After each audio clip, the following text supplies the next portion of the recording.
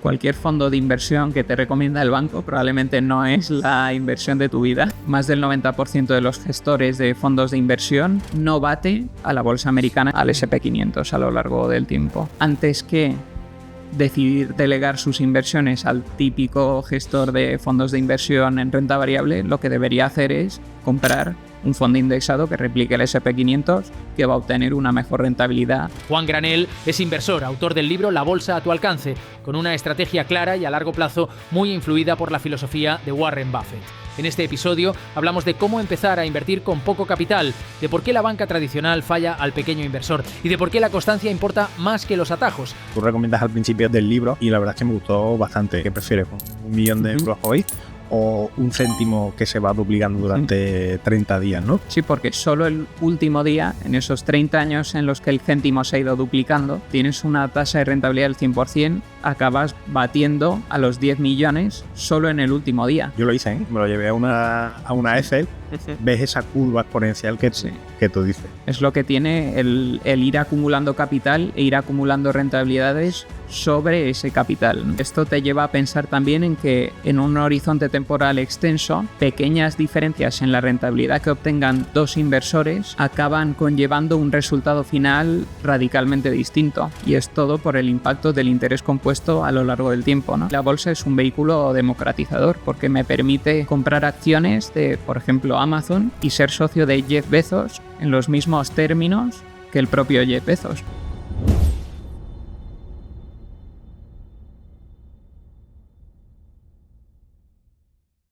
Antes de seguir con la entrevista, una cosa muy rápido. Para todas aquellas personas que ya formáis parte de la comunidad de la Orden del Dinero y para aquellos que todavía no estáis suscritos, vamos a sortear un libro de Juan Granell, La bolsa a tu alcance.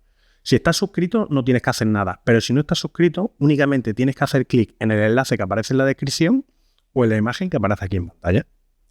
Y ahora continuamos con la entrevista.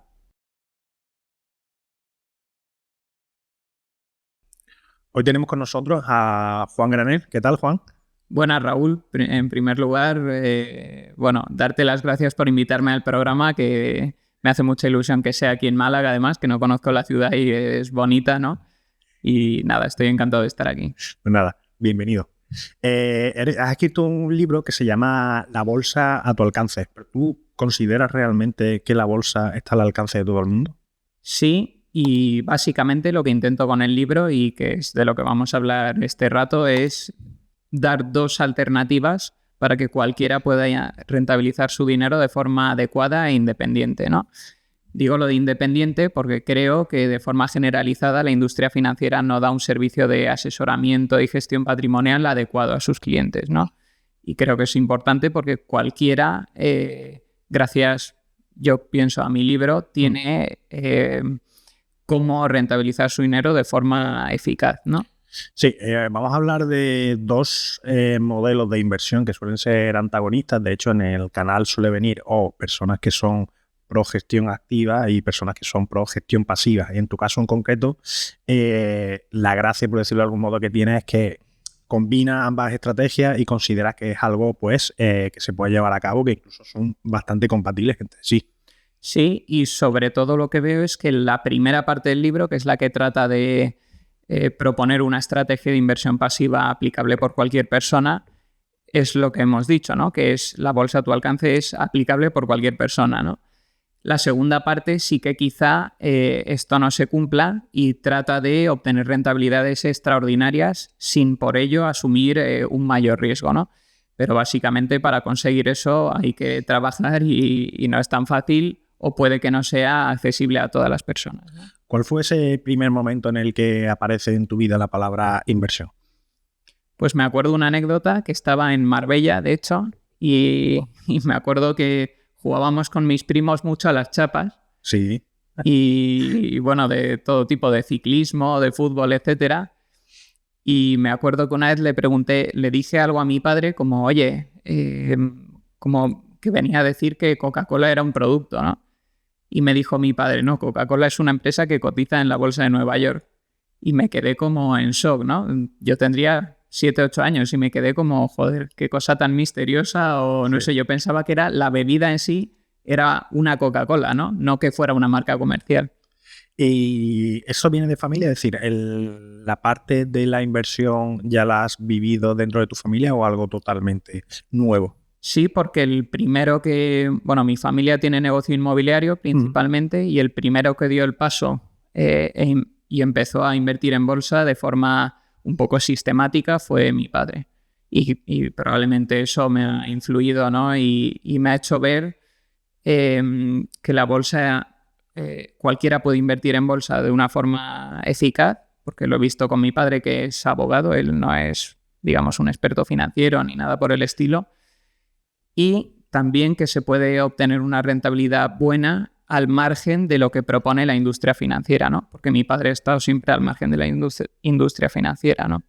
Tu padre, como yo, siendo abogado, pues seguramente te habrá dado buenos consejos. Sí. A la hora de arrancar, ¿no? tu carrera, ¿no? En el sector de la inversión, sí que, como comentas, tuviste esa influencia, ¿no? De tu padre, pero ¿cómo decides tú, es decir, o cómo arrancas tú realmente a formarte y cómo empiezas a formarte en el sector de la inversión? Aunque yo tuviera la influencia de mi padre, lo realmente determinante en mi caso yo creo que fue dar con Warren Buffett, ¿no? Como le ha pasado probablemente a todo el mundo que invierta por su cuenta en bolsa, ¿no? Y de hecho me he leído todas las cartas anuales que ha escrito Warren Buffett, tanto a los accionistas de Berkshire como de su fondo previo. Me he visto todas las intervenciones, me he oído todas las conferencias anuales de la Junta de Accionistas de Berkshire Hathaway a posteriori, ¿no? Desde que están grabadas en Internet, y yo creo que la influencia de Buffett, aparte de ser muy buena y amplia, porque no solo está enfocada en el tema de la inversión bursátil, sino que toca más aspectos del mundo empresarial y de la vida en general, yo creo que es fundamental, ¿no? Y de hecho recomiendo a cualquier persona que no haya dado con él todavía ver cualquier cosa relacionada con él, porque es muy formativo, ¿no? Y además tiene un gran sentido del humor. O sea que... Sí. ¿Cuál sería ese primer libro que recomendaría de Warren Buffett para alguien que no tiene conocimientos? Más que libro, recomendaría leer directamente las cartas anuales que ha escrito a los accionistas de Berkshire Hathaway, su empresa. Porque es en las que a lo largo del tiempo ha ido explicando toda su filosofía de inversión, lo que piensa acerca de distintos tipos de inversiones, de distintos tipos de empresas, y toda su filosofía está ahí, ¿no? Recogida. Y es gratis, está en Internet y cualquiera las puede ver, ¿no? ¿Cuál fue esa primera vez que le diste al botón de comprar y qué sentiste en ese momento? ¿Sentiste miedo? ¿Voy a perder mi dinero? ¿O cuál fue esa sensación? La primera acción que compré fue Iberdrola, porque me la recomendó mi padre. Fue muy bien y la malvendí porque ha ido mucho mejor después. Y la primera acción que compré de forma independiente, digamos, por mi propia decisión, fue un error, que de esto prácticamente nadie sabe que la compré, y se llamaba Unibail Rodamco, que es una SOCIMI, digamos, un REIT, y tienen propiedad activos comerciales que alquilan, ¿no? Centros comerciales y tal. Y fue un error y vendí y aprendí la lección y no volví a caer en un error similar, digamos. ¿Cuál fue el error que realmente cometiste? El error es que la compañía tenía bastante deuda, como casi cualquier compañía inmobiliaria de este tipo, y cuando vinieron mal dadas en el COVID, que cerraron los centros comerciales y tal, pues tuvieron problemas, ¿no? Aunque no llegó a quebrar ni nada por el estilo, pero bueno, al final la cotización se desplomó y todavía no ha recuperado el precio al que yo compré, ¿no? Lo que pasa es que yo fui rápido al vender y gracias a Dios invertí en otros lugares más rentables. ¿Difiere mucho tu cartera de inversión con la de tu padre? Son muy parecidas, sobre todo porque en los últimos años me está copiando bastante. ¿Sí? Pero, sí. Y las dos comparten similitudes. Quizá el peso de alguna empresa dentro de la cartera es diferente. Por el momento de la realización y tal, no son exactamente iguales, pero comparten muchas similitudes en cuanto a lo concentradas que están las dos en unas pocas empresas en las cuales tenemos la mayor convicción, digamos. O sea, no diversificamos apenas. Creo que tanto la suya como la mía siempre tienen en torno a 6 o 7 valores. Pero se parecen bastante y comparten... Hay varias posiciones que se solapan, ¿no? Evidentemente. Me parecen pocos valores. ¿Qué piensas al respecto de la diversificación y por qué tienes esa convicción de tener tan pocos valores dentro de tu cartera? Siempre he pensado dos cosas. Una, que quizás es por pecar de humilde, pero que creo que no es un problema en este sentido, que es que siempre he pensado y he tenido miedo, digamos, a quedarme sin ideas. Entonces, cuando tengo una idea buena, creo que tengo que explotarla al máximo, ¿no? Y entonces eso me lleva a dos cosas. Una, a concentrar mi cartera y dos, a tender a ser muy inactivo, a no vender, ¿no? Mis acciones principales. Y el otro tema es más intelectual, racional, digamos, y es que siempre he pensado que tiene sentido estar concentrado en las ideas donde tengo convicción. Y como mi capacidad intelectual es obvio que es limitada, quizá tengo la capacidad de entender 5 o 6 empresas de forma simultánea en el tiempo, pero no tengo mucha más. Pienso que si comprara la acción 10ª o 20ª, estaría equivocándome, ¿no? Probablemente porque son empresas en las cuales mi conocimiento es mucho más superficial que en las 5 o 6 primeras de la cartera, ¿no? Entonces tengo que estar concentrado en mis ideas de mayor convicción, ¿no? ¿Están concentradas en un solo territorio o son valores que están diversificados? Sí, son empresas globales. Esto ya de por sí te da una diversificación porque operan en casi todos los países. Y además están diversificadas también por líneas de producto o por empresas dentro de la propia empresa matriz, digamos, ¿no? El caso quizá más representativo de esto es que mi mayor inversión, y también hablo de ella bastante en el libro, es Berkshire Hathaway, el conglomerado de Warren Buffett, y ya de por sí es una empresa que te da una diversificación más que suficiente, ¿no? Digamos, tiene el mayor negocio asegurador del mundo a través de un grupo de empresas aseguradoras, no es solo una, y reaseguradoras. Después tiene también uno de los mayores ferrocarriles de Estados Unidos de mercancías, tiene uno de los grupos energéticos más grandes de Estados Unidos, principalmente enfocado en la producción renovable, tiene un conjunto de empresas industriales, de servicios, algunas de las cuales utilizamos a diario. Por ejemplo, la marca de zapatillas Brooks es de Berkshire, aunque la gente no lo sepa, o hay más casos. Y luego tiene una acción de una cartera de acciones cotizadas inmensa, ¿no? Dentro de la cual pues tiene posiciones como Apple, Bank of America, American Express, Coca-Cola. Berkshire es el mayor accionista en muchas de estas empresas que he dicho, ¿no? Aunque no las controla. ¿Cuál ha sido el primer consejo de inversión que recibiste y cómo lo interiorizaste? Pues no sabría decir muy bien, pero yo creo que es invertir con mentalidad de largo plazo, sinceramente. Y de hecho, la primera acción que compré, que fue por recomendación de mi padre, ni siquiera fue mía, fue Iberdrola.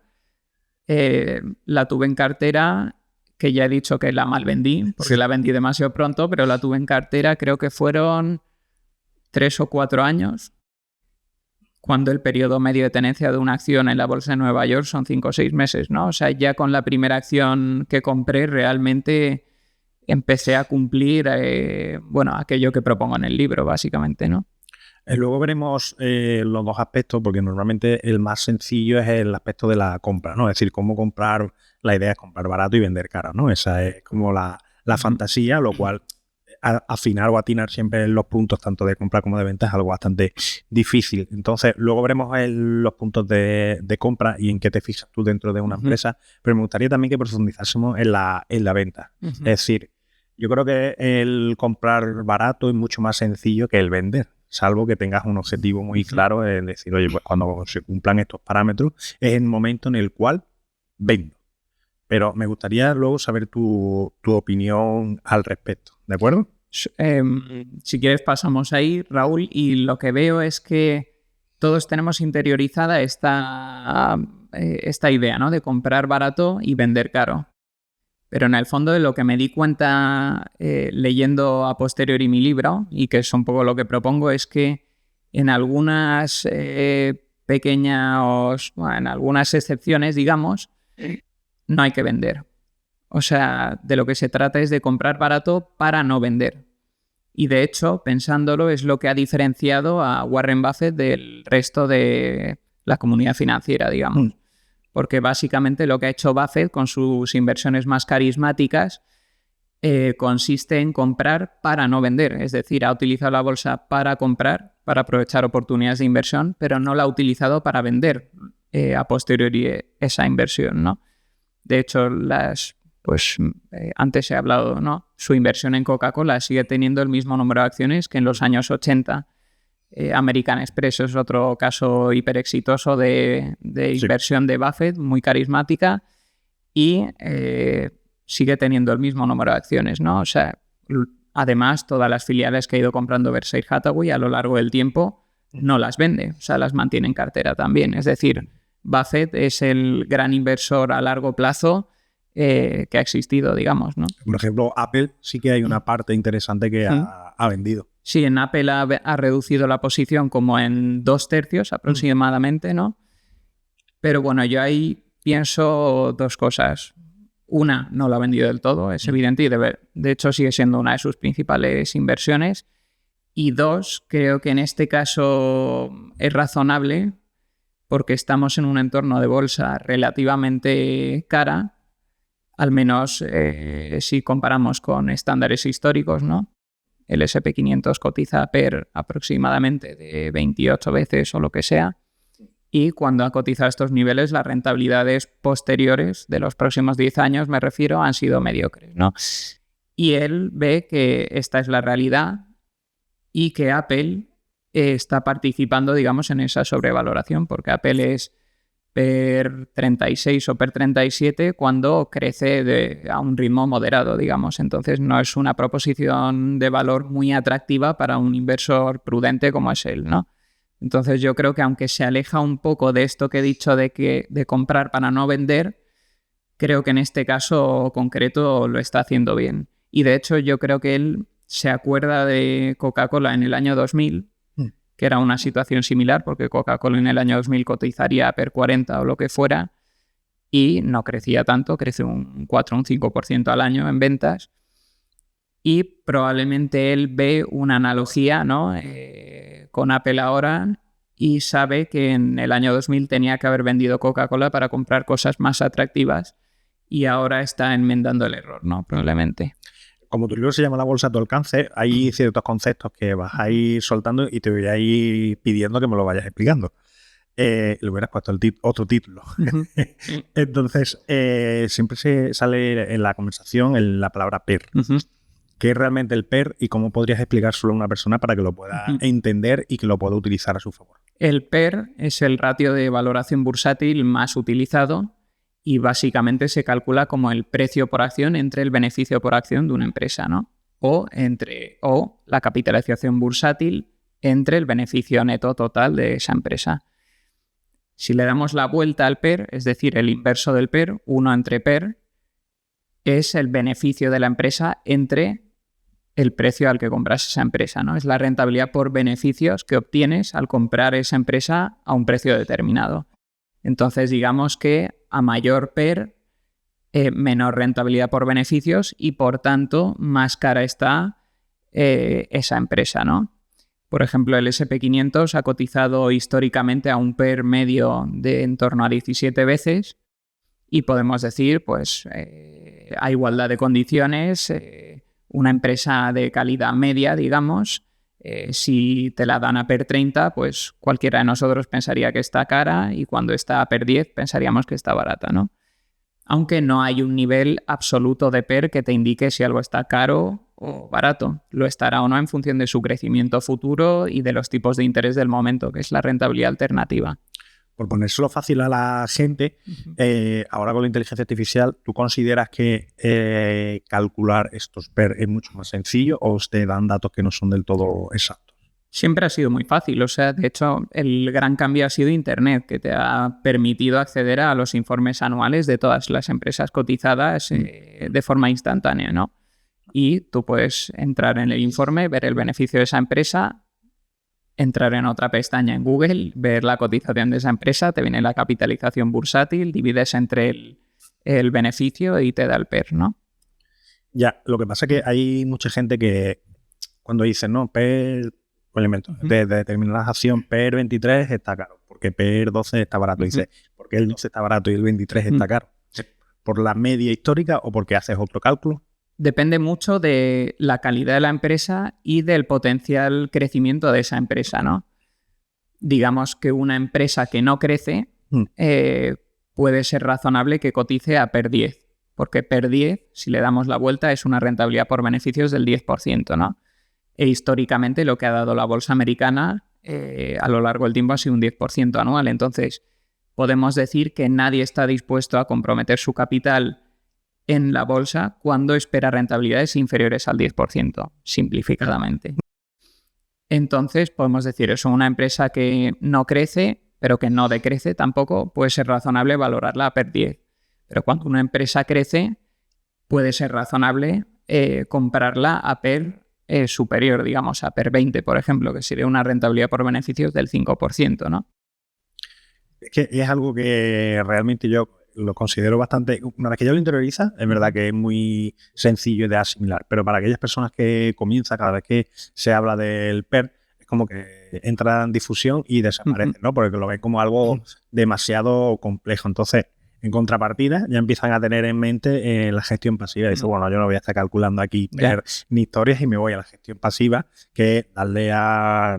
de forma muy sencilla, ¿no? Darle a un botón y ir haciendo aportaciones o ir poco a poco yo olvidándome de todo esto. De los dos Juanes que tú tienes, es decir, el Juan de gestión pasiva y el Juan de gestión activa, perdón, si tuvieras que sacrificar alguno de ellos, ¿con cuál te quedarías de los dos? Si tuviera que sacrificarlo para el resto de mi vida e invertir de una forma determinada, sacrifico claramente al de inversión pasiva, porque yo lo que hago es invertir activamente y en una cartera muy concentrada y a lo largo del tiempo, con un horizonte temporal a largo plazo, creo que lo puedo hacer mejor que lo que dé el S&P 500, digamos, invirtiendo de una forma pasiva y robótica, ¿no? Pero si tuviera que elegir para otra persona, sacrificaría claramente al Juan activo y le propondría la estrategia de inversión pasiva que recomiendo en el libro y que es la que recomienda el propio Warren Buffett también, ¿no? ¿Cómo conviven en una misma cartera de inversión la gestión pasiva y la gestión activa? Pueden convivir en una misma cartera. En mi caso no lo hacen porque, de hecho, yo solo utilizo inversión activa, ¿no? Como he dicho.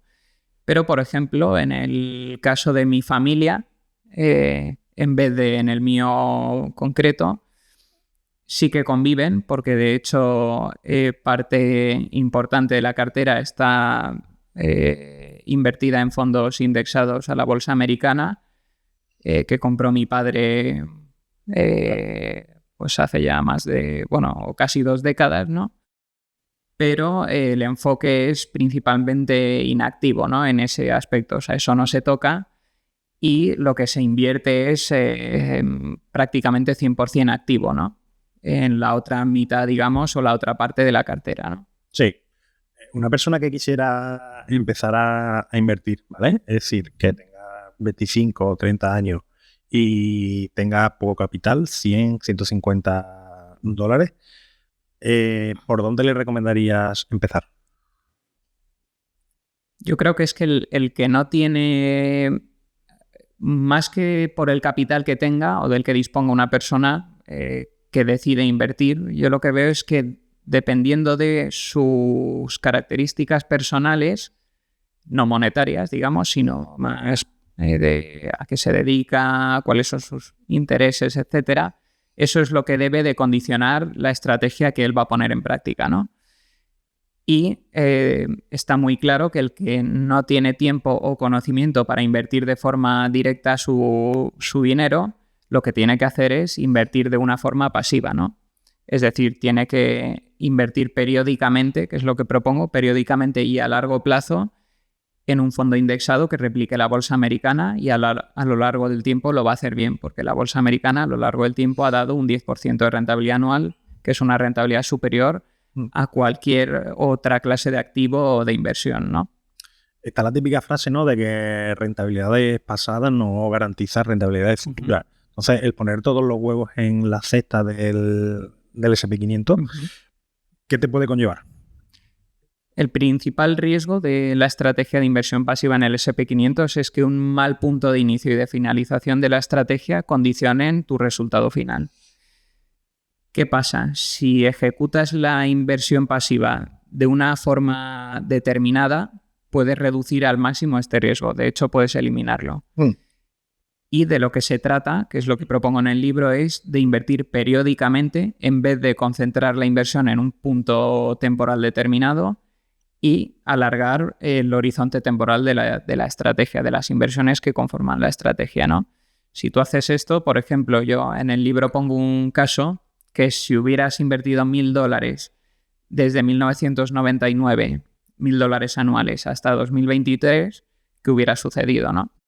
Hubieras invertido, creo eran unos $23.000 y tendrías unos $75.000. Hubieras obtenido una rentabilidad anualizada de en torno al 9%, que es bastante buena.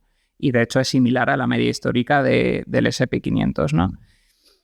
¿Qué pasa? En el año 1999 era un caso de burbuja tecnológica, bolsa sobrevalorada, que podemos ver como análoga a la situación actual, ¿no? Lo que pasa es que la actual yo creo es menos dramática que entonces. Y el punto de partida tampoco era óptimo, porque en 2022 el S&P 500 cayó prácticamente un 20% por distintas razones, ¿no? Pero bueno, vemos en el libro como un ejemplo que parte de un punto inicial malo para invertir en el S&P 500 y acaba la estrategia en un punto no óptimo, digamos. Vemos cómo ese ejemplo demuestra que ejecutando de una forma determinada las inversiones de la estrategia se puede minimizar al máximo y de hecho evitar el riesgo de invertir en un punto de bolsa sobrevalorada y que eso determine tu rentabilidad final, ¿no? En un momento como el que nos encontramos actualmente, en el que está todo en máximos, para esta persona que quiere comenzar a invertir, ¿le recomendarías que empezara o que esperase? Yo siempre he invertido, entonces nunca he esperado y nunca voy a recomendar hacer algo que no haría, ¿no? Lo que sí que creo es que en entornos de bolsa sobrevalorada hay que ser más prudente, ¿no? Pero sí que pienso que siempre hay oportunidades. De hecho, en el mismo año 2000, con la burbuja tecnológica, digamos, la parte más sobrevalorada de la bolsa era todo aquello relacionado con tecnología o empresas consideradas de alta calidad y bajo riesgo, ¿no? Pues las Coca-Cola de turno, las grandes farmacéuticas, etcétera. Pero más allá de eso, había muchas oportunidades de inversión. Y de hecho, entre el pico de la burbuja tecnológica del año 2000 y creo que era mediados de 2022, más o menos, el S&P 500, si no recuerdo mal, cayó un 50% y todas estas empresas que conformaban la burbuja también se la pegaron, ¿no? Sobre todo las tecnológicas cayeron un 80, un 90%, ¿no? Muchas de ellas. Sin embargo, en ese mismo periodo, por ejemplo, Berkshire Hathaway, su cotización subió un 50%. Es decir, siempre hay oportunidades de inversión atractivas, ¿no? Incluso en entornos bursátiles sobrevalorados. Y eso mismo yo creo que está pasando hoy también. ¿Cuáles son esas oportunidades que tú consideras que pueden existir a día de hoy en los mercados? Yo creo que, por ejemplo, si todo lo que tenga que ver con tecnología tiende a estar más sobrevalorado, pero aquí veo también unas pocas excepciones que son, digamos, las empresas más grandes y mejores, ¿no? Las más dominantes. Las Alphabet, Meta, Amazon, Microsoft de turno, ¿no? Que son las mejores además. Pero, oye, si las miras en conjunto cotizan a peres entre 20 y 30 veces, ¿no? Que son múltiplos de valoración razonables para empresas de una calidad tan grande como la suya, ¿no? Sin embargo, si te vas a a empresas tecnológicas, digamos, de segunda fila o más pequeñas, ya la sobrevaloración empieza a ser evidente, ¿no? Y lo mismo pasa, bueno, también depende del sector que mires, probablemente encontrarás más o menos oportunidades. Por ejemplo, todo lo que son sectores un poco denostados o que no son sexys, por así decir, materias primas, por ejemplo, empresas de carbón, petroleras, Farmacéuticas, ¿no? depende de cuáles, algunas aseguradoras, o sea, todo lo que se aleja de lo más, de la tecnología, digamos, más sexy, pues puede haber gangas ahí, ¿no? Pero no estoy diciendo que uno tenga que comprar indiscriminadamente en cualquiera de esos sectores porque probablemente no lo haga bien de esa forma, ¿no? Tienes que buscar la oportunidad concreta, digamos. Y tienes que buscar, como bien dices, esa oportunidad en concreto, pero además tienes que sentirte en la filosofía de inversión que tú manejas o que tú defiendes, tienes que sentirte identificado o simplemente por el hecho de ver que está cotizando a per bajo, que tiene un buen modelo de negocio, que tiene margen de seguridad, comprarla. Yo creo que tienes que tener una confianza grande antes de comprar una acción. Una confianza en el negocio de esa empresa, ¿no? Y de hecho yo, como mi cartera está muy concentrada en unas pocas ideas, aunque yo vea oportunidades que de una forma puramente intelectual pienso que están baratas, en algunos de los sectores que he dicho antes, por ejemplo, puede que no las compre. De hecho, la mayoría no las compro porque solo tengo 6 o 7 empresas. Entonces tengo que llegar a una confianza extra en el negocio de la empresa para llegar a comprarla. La confianza puede venir por varias razones. Una, por una valoración extremadamente atractiva, que en un entorno de bolsa sobrevalorada es más raro de encontrar, pero se puede encontrar. Y otra es por un conocimiento especial del negocio de esa empresa o alguna experiencia personal que me da, digamos, cierto conocimiento de su negocio que creo que los demás están pasando un poco por alto, ¿no?, en la comunidad financiera. Entonces yo creo que eso es importante. No es solo ver una empresa que más o menos entiendes y que aparentemente la valoración es atractiva, sino que tienes que llegar a un punto de confianza importante en esa empresa para de verdad comprometer tu capital en ella, porque, en mi caso hablo, porque como tengo una cartera muy concentrada, cuando la incluya en la cartera va a tener un peso muy importante dentro de mi cartera. Entonces solo estoy dispuesto a asumir ese riesgo si de verdad sé lo que estoy haciendo, ¿no? Entonces tengo que estar muy seguro de que lo que estoy haciendo es inteligente, ¿no? En una cartera tan concentrada como la que tú comentas, entiendo que hay parte del tiempo en el que no te encuentras invertido con cierto capital, es decir, que tienes bastantes momentos de liquidez. ¿Es así o siempre, es decir, tienes automatizado el que todos los meses vas a invertir una cantidad de dinero? Sí, nunca mantengo efectivo, digamos, mirando al nivel de cotización de la bolsa en general, ¿no? Solo mantengo efectivo si, por la razón que sea, no estoy encontrando algo atractivo que hacer con mi dinero. Mi enfoque es puramente oportunista, digamos. No invierto de forma rutinaria, aunque a la hora de la verdad siempre estoy invertido. O sea que no sé si tiene mucho sentido esta respuesta, pero es como lo hago. Claro, es que ahí me surge la duda de que estás esperando a que una de dos, o que haya una oportunidad en el mercado de cierta compañía que a ti te parece que encaja dentro de los estándares y por lo tanto inyectas la liquidez necesaria para adquirir las acciones, pero claro, eso no ocurre siempre. Hay momentos en los cuales pues esa oportunidad no llega. Incluso te diría que ahora, ¿no? Es decir, en el que todo está al alza, pues considero que más o menos haciéndome una idea de la cartera que tienes, que no existirán esas oportunidades. Entonces, claro, a mí la derivada que me surge es esa, ¿no? Es decir, ¿qué haces con ese excedente de liquidez pues en periodos a lo mejor de 3, 4, 5, 6 o un año? Suelo además incrementar mi inversión en las empresas que ya tengo en cartera. Y esto suele ahorrarme el problema de pensar qué hacer con la liquidez de la cartera, ¿no? Porque si tengo una acción en cartera, se supone que es porque pienso que sigue siendo atractiva y su potencial atractivo. Entonces, si esta es la realidad, ¿por qué no incrementar mi inversión en esa empresa cuando tengo liquidez, ¿no? O sea que, en cierto modo, eso me evita el dilema de qué hacer con el exceso de efectivo, mantener exceso de efectivo, invertirlo o qué hacer, ¿no?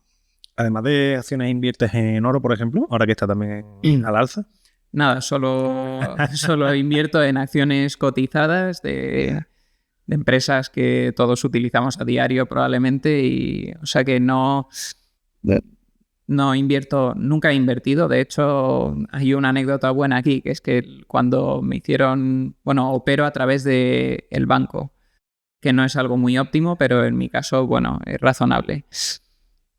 El test de idoneidad que me rellenó mi gestora del banco, estaba anotando como que la única categoría de activos en la que podía operar por conocimiento eran acciones cotizadas.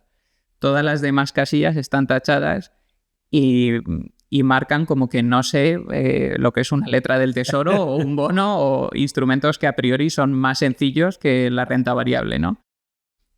Que es un poco una anécdota, una broma, pero que me esfuerza a solo invertir en el activo que creo que es el activo ganador a largo plazo, ¿no? ¿Qué piensas de los famosos test MiFID? Ya que también sale mucho en conversación, pero que luego para mí es un canto al sol. Es decir, si tú tienes ciertos conocimientos es muy manipulable. Sí. No tengo tampoco una una idea así al respecto muy interesante probablemente, o sea que... Sí, porque es que siempre sale en conversaciones, ¿no? Pues algún gestor de fondo, sí, es que le pasamos el test MiFID y en función de lo que responda, pues valoramos el riesgo y en función de ese riesgo, pues le formulamos la cartera ya, pero es que ese test MiFID, como digo, es totalmente manipulable. Y en el test te vendrán además muchas clases de activos y te pondrá que expliques tu conocimiento al respecto, ¿no? Pero yo lo que veo aquí es que no hace falta todos esos instrumentos financieros. O sea, quizá mi experiencia personal me lo ha hecho ver de forma más clara, ¿no?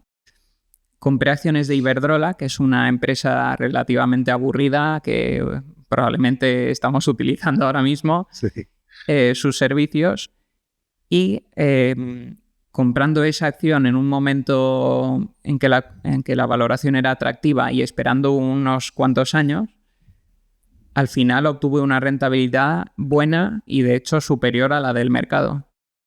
Entonces eso me dio como la confianza de, oye, no se necesitan todos esos otros activos, ¿sabes? No necesito derivados, no necesito materias primas, divisas, no necesito nada realmente. Si me dan acciones de empresas buenas, baratas, no necesito nada más. Y eso es lo que he visto de primera mano y es lo que hago y como he dicho, mi test MiFID no me permite comprar otras clases de activos, aunque sea un poco una broma, ¿no? O sea, ¿cuál es el objetivo de rentabilidad que sueles perseguir en las acciones que compras? Sí, como he dicho antes, la bolsa americana en su conjunto ha dado históricamente un 10% de rentabilidad anual nominal, ¿no? Lo que veo es que, lo que busco son rentabilidades superiores a ese 10% sin incurrir en un riesgo extraordinario, por así decirlo, ¿no? Y esa famosa estadística de que el 90% de los fondos de gestión activa no superan al índice, ¿cómo lo llevas interiorizado? Bueno, interiorizado lo tengo y además es verdad. Pero en mi caso particular sí que lo estoy consiguiendo, aunque nadie me garantiza que lo voy a seguir haciendo, ¿no? En el futuro.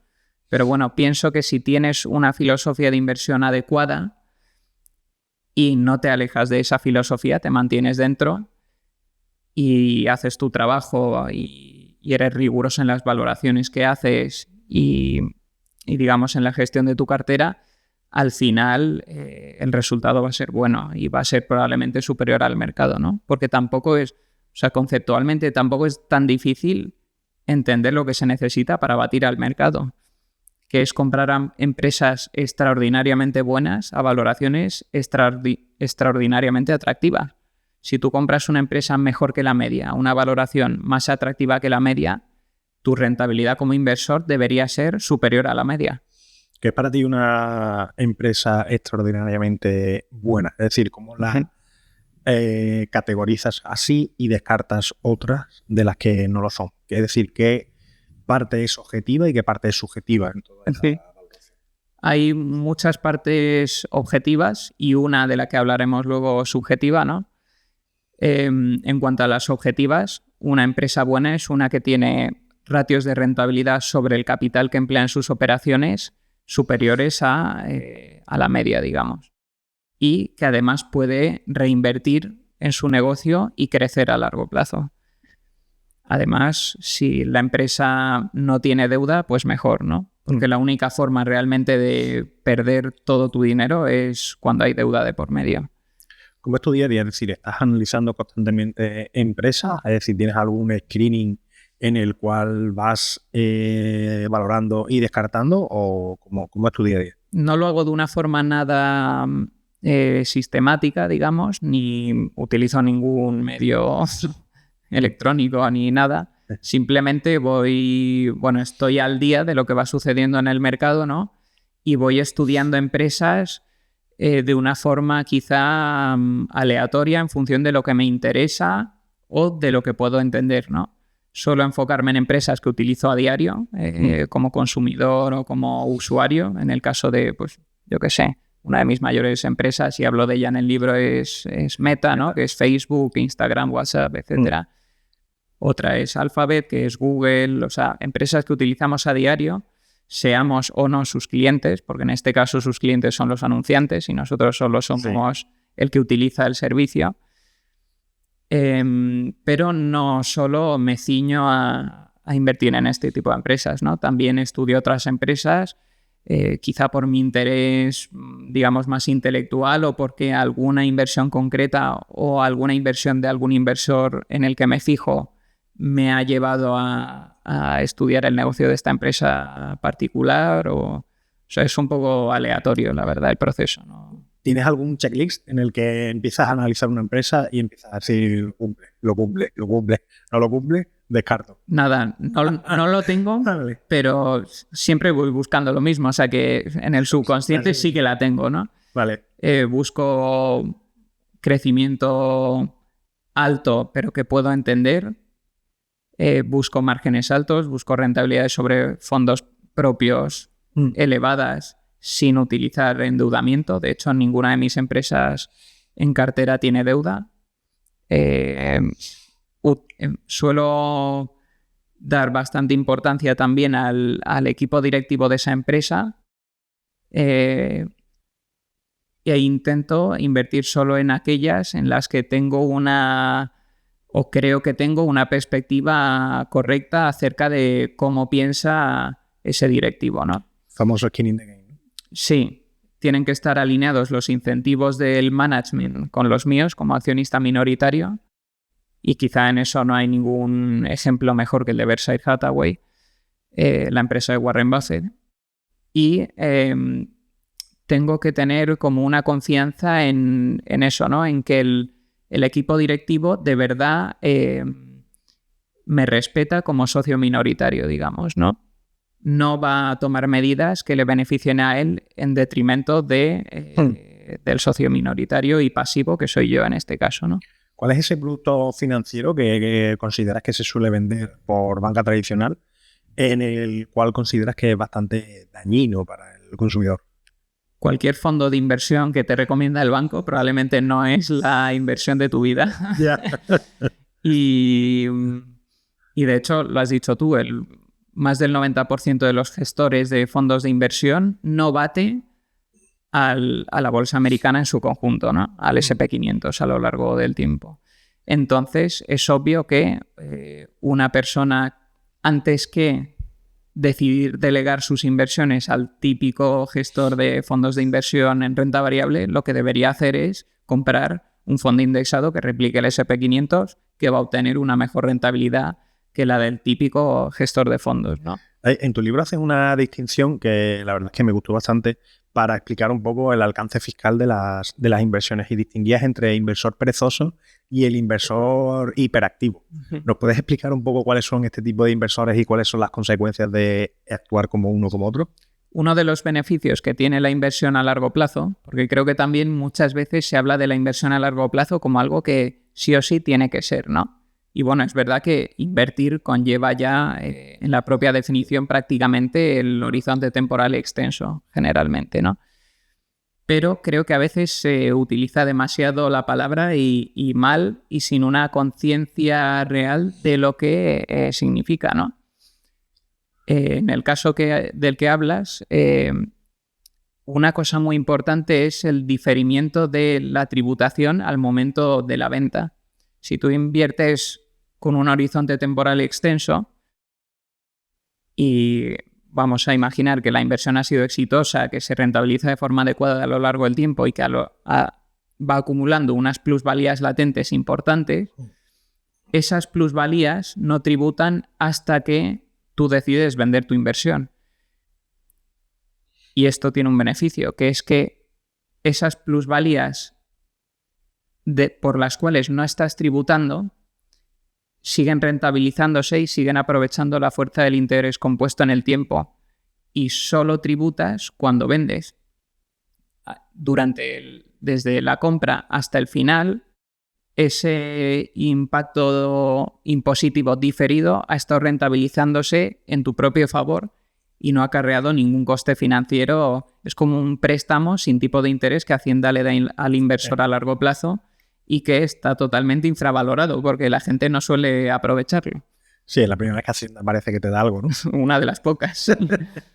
Sí, mira, me gusta ese ejemplo porque justo en la tabla que tú recoges dentro del libro pones el ejemplo como el inversor perezoso es el que se mantiene invertido y el hiperactivo el que va comprando, vendiendo, vendiendo, ¿no? Y evidentemente pues va tributando por esa plusvalía.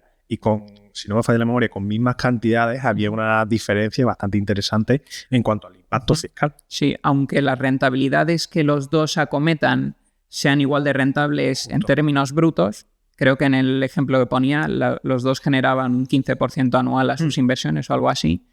Y aunque partan del mismo capital, el inversor que solo tributa en el punto final, es decir, que mantiene una inversión hasta el año 10, pongamos, y en el año 10 vende esa inversión, este inversor genera un mucho mejor resultado neto que el típico inversor que compra y que rota su cartera, ¿no? Que cada año vende sus posiciones y compra otras nuevas y genera ese mismo 15% de rentabilidad que el otro. Lo que pasa es que va tributando por el camino, ¿no?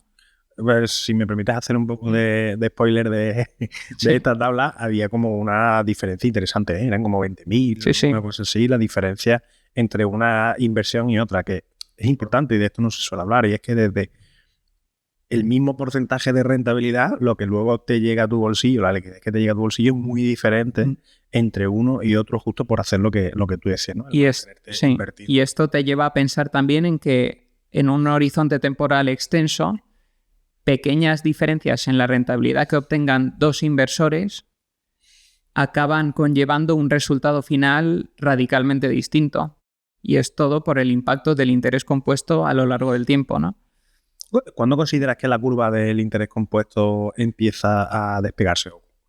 ¿Cuánto tiempo necesita estar una persona invertida? Depende del tiempo y del porcentaje de rentabilidad. O sea, no hay una respuesta fácil, ¿no? Y además soy malo con las matemáticas. Sí.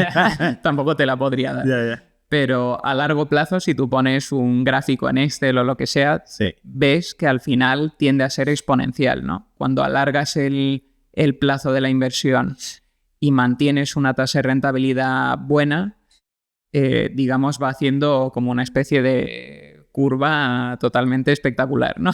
Yo recomiendo un ejercicio que es lo que tú recomiendas al principio del libro y la verdad es que me gustó bastante y era la famosa pregunta de ¿qué prefieres? ¿1 millón de euros hoy o un céntimo que se va duplicando durante 30 días, ¿no? Entonces ahí, si te lo llevas, yo lo hice, me lo llevé a una Excel, ves esa curva exponencial que tú dices. Sí, porque solo el último día, en esos 30 años en los que el céntimo se ha ido duplicando, el último el último día, claro, obtienes una tasa de rentabilidad del 100% sobre un capital de 5 millones aproximadamente, 5 millones y medio, algo así. Sí. Entonces acabas batiendo a los 10 millones solo en el último día. Exacto. Es lo que tiene el ir acumulando capital e ir acumulando rentabilidades sobre ese capital, ¿no? Aquí quiero llegar al momento de la venta, ¿vale? Es decir, antes comentábamos que no... Es decir, ahí tienes que estar invertido y que tu propósito, entre comillas, no puede ser vender, pero todo el que invierte es porque en un futuro, pues, además de querer rentabilizar su dinero, pues quiere vivir de ello. Entonces, ¿cómo lo hacemos? Porque está aquí la famosa regla del 4%, que bueno, que ya se ha visto de forma masiva de que no es la mejor opción, pero claro, si tú nunca tienes intención de vender, ¿cómo vas a vivir de ese patrimonio que has generado? En mi caso, siempre invierto un patrimonio que no necesito para llevar mi vida diaria de una forma razonable, ¿no? Aunque soy muy agresivo con las inversiones que acometo y de hecho mi tasa de ahorro y tasa de inversión sobre lo que ahorro debe ser de las más altas del país, probablemente, ¿no? Pero bueno, llevo un estilo de vida que no necesito mucho para vivir, para salir con mis amigos, para irme a cenar, no tengo grandes gastos, digamos, ¿no? Pero sí que veo eso, que si inviertes dinero que no necesitas en tu vida diaria, realmente no tienes ninguna necesidad de venderlo. A no ser que el día de mañana pues quieras disfrutar de tu capital y decidir acabar tu vida como inversor de una forma prematura, ¿no? Entonces, ¿cuál es el objetivo de tu inversión? ¿Simplemente rentabilizar el dinero y que luego tus herederos lo disfruten? Podría ser uno de ellos, pero yo lo que veo es que lo que me gusta es invertir. Entonces voy acumulando un patrimonio que me permite hacerlo a una escala en la que realmente estoy invirtiendo ya, ¿no? Porque para invertir necesitas dinero, o sea, es como la materia prima, ¿no? Y a mí es lo que me gusta. Entonces no necesito, digamos, no quiero rentabilizar mi dinero de una forma eficaz por avaricia, ni por que quiera disfrutar de ello, ni dedicarme a consumir todo mi dinero en unos pocos años, sino que lo quiero porque quiero seguir haciendo lo que hago bien a lo largo del tiempo, ¿no? Y ya veremos en qué, bueno, al final, a qué destino al final el dinero o si llega un punto en el que no disfruto de la inversión o no lo sé, eso todavía no ha llegado el punto, entonces... No. ¿Tú consideras que las Meta, Google y este tipo de empresas dentro de 30 años seguirán estando aquí?